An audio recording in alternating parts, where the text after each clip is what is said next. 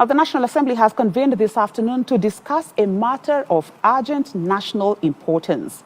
Under Standing Order 33-1, the legislators discussed issues regarding the impact of the LGBTQ on the youth and the vulnerable persons in the society.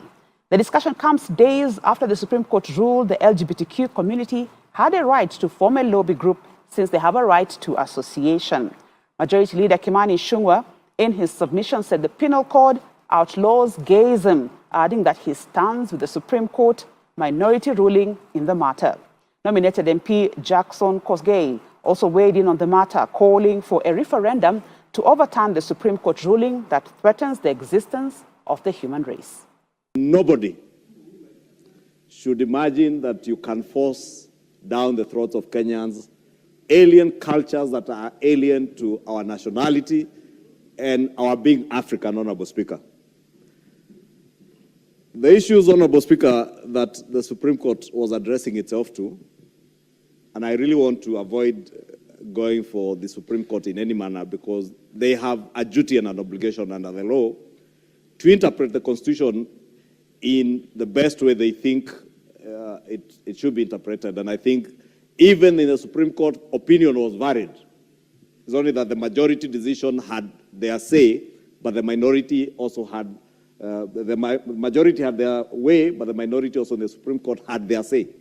And I want to identify myself with the opinion and the views of the minority in the Supreme Court, Honorable Speaker.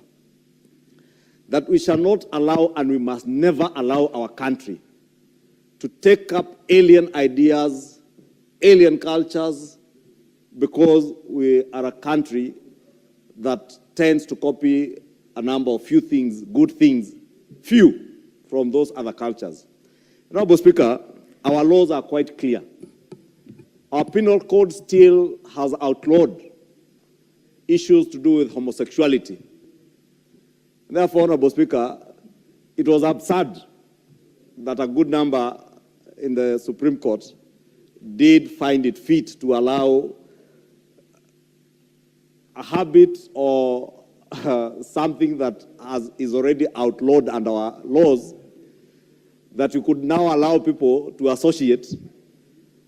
What happens tomorrow, Honorable Speaker, if all the pickpockets in our streets decide now that they have rights as pickpockets and they want to form the Association of Nairobi Street Pocket? The whole world and the population of the world, Mr. Speaker, is about 7.9 billion people, out of which 2.4 are Christian, 1.8 are Muslims. You talk about the Hindus, 1.3, Buddhists are 0.6, and the rest can follow. You can tell over 80% of the total population of the world believe in creation. They believe in heterosexual relationship. That is a relationship between a man and a woman. Not only for pleasure, love, and relationship, but for procreation and survival of the human race. If this has been done, and if the ruling by the Supreme Court becomes cast on the stone, then I don't think it can overturn our Constitution. We are going to invoke we the people. And this house is a house which is an arm of government. If it is the arm of government, when such situation happens, which is endangering the very survival of our people, then we must take this to referendum, where the people of Kenya will have an opportunity to speak. We cannot be dictated on by a civilization on its lowest ebb in history.